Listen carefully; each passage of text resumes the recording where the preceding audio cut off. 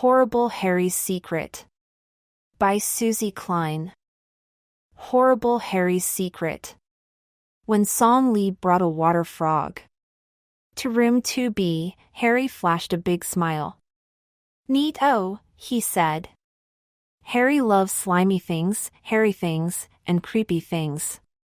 Harry loves anything horrible. I know I am his best friend, Doug. We watched the teacher help Song Lee set the tank on the science table. Does your frog have a name? Miss Mackle asked. Bong, Song Lee said softly. Sydney laid his ruler on his desk so that 8 inches of it were sticking out. Then he hit the end of it. Bong! Bong! Bong! Harry held up his fist. Don't you make fun of a frog's name. I'm just making good music, Sydney replied, bonging his ruler some more. Well, stop it, Harry demanded. Make me Harry the Canary. You call me that one more time and You'll what? Harry put his fist next to Sydney's nose. I'll punch you in the schnotzsola. Schnotzsola. Sydney cackled. Song Lee looked over at the boys and frowned. Is Bong a Korean name? The teacher asked. Song Lee nodded. Bong Lee was my grandfather. I named my frog after him. Miss Mackle smiled as she tapped the tank. Welcome to room 2B, Bong. Have you fed him today? I will feed Bong now. When Song Lee brought out a small white carton, we gathered around the table. What do you feed your water frog? Sydney asked. Song Lee opened the lid and carefully put a little piece of food on a toothpick. Liver, she said. Ew. Sydney groaned. Liver smells. Harry took a deep whiff. Liver for the water frog. Awesome. We watched Song Lee lower her hand into the spring water. She put the toothpick with the piece of liver in front of the frog. Zap! The frog gulped all the liver. The toothpick was clean. Sydney held his nose and went back to his seat. Harry looked at the frog and then at Song Lee. I'm in love, he whispered. With a frog? I replied. No. With her. I looked at Miss Mackle. The teacher? Doug, Harry whispered. I'm in love with Song Lee. I gulped some air like that frog gulped the liver. Really? Harry nodded. Then he showed his 2 rows of perfect white teeth. It was the biggest smile I'd ever seen. Don't tell anyone, Harry added.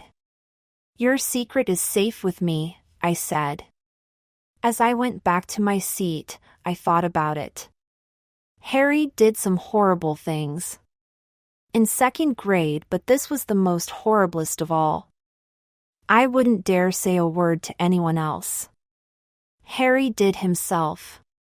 It was during a math test when Miss Mackle explained how to fill in bubbles marked A, B, C, or D, none of the above. That was when Harry got the idea to send the note. I looked at it quickly and then passed it on to Song Lee. 5 minutes later, the note came back. I couldn't look at it. All this love business was making me sick. When I looked at Harry after he read it, I wondered if he was sick, too. His head was on his desk. Then it came to me. Song Lee must have marked D, none of the above. Poor Harry. As we walked home from school, Harry didn't say anything. He acted like he was going to cry. Suddenly, someone jumped from behind us. Boo! Sydney shouted. Harry turned around. Hi, Harry the Canary. Tweet! Tweet! Oh, I thought. Sydney's schnauz solo was in trouble. I watched Harry roll up his sleeves. When Song Lee, Mary, and Ida came walking down the street, Harry looked up. Yeah, El Tweedo?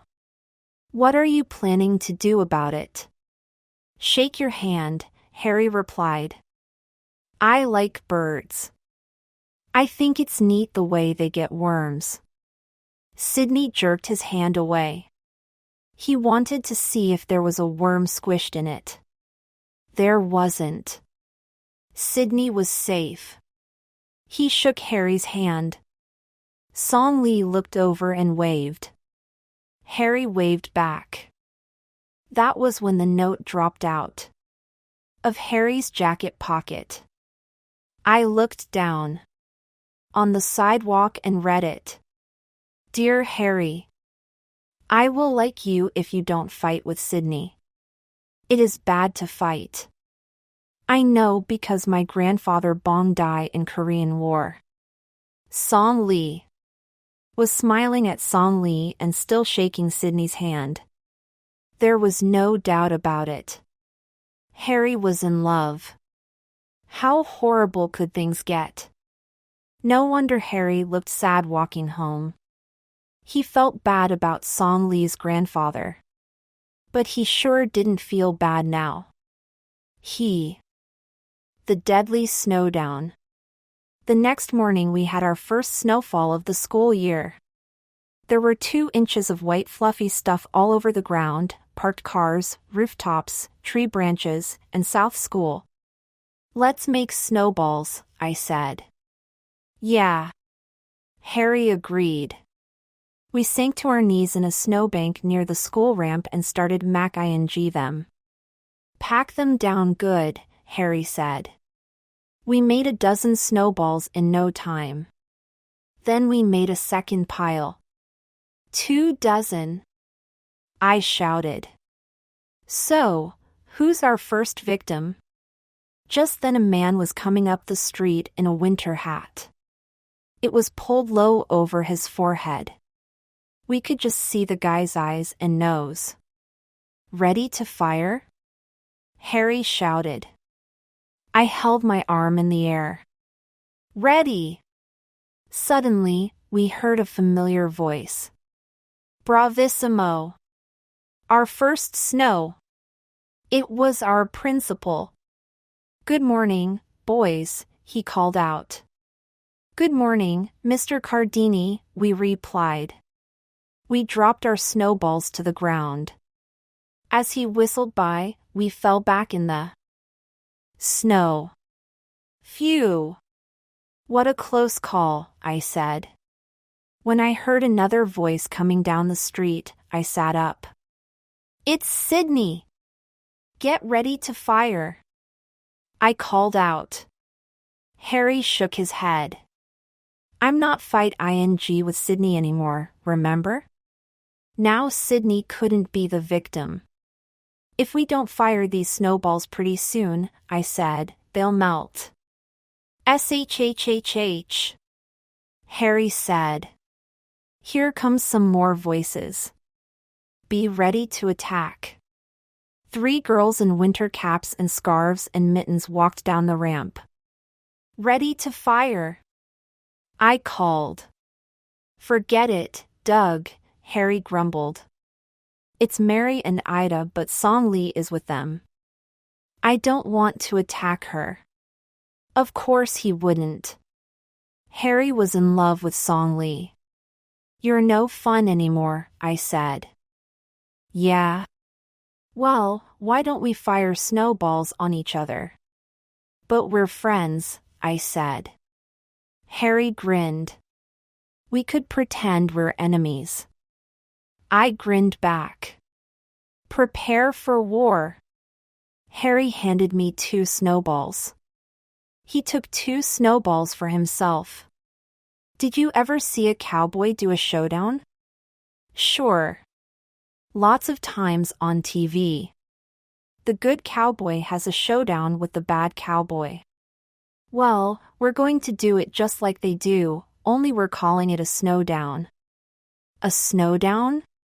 You're the good cowboy, and I'm... Harry growled, the bad cowboy.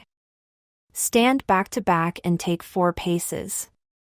After 4 paces, we turn and fire 2 shots. Got it! As we stood back to back, I held 1 snowball in each hand. They were icy cold. We started counting 1, 2, 3, 4. We turned around and aimed at each other. Splish! Splat! Wish! Whoosh! Harry got me on the top of my head and in the back. I nailed him in the shoulder and stomach. We both fell down laughing in the snow. You're dead. I said. You're dead. Harry said.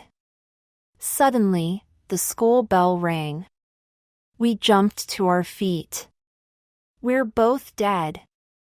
I shouted. Quickly, we ran down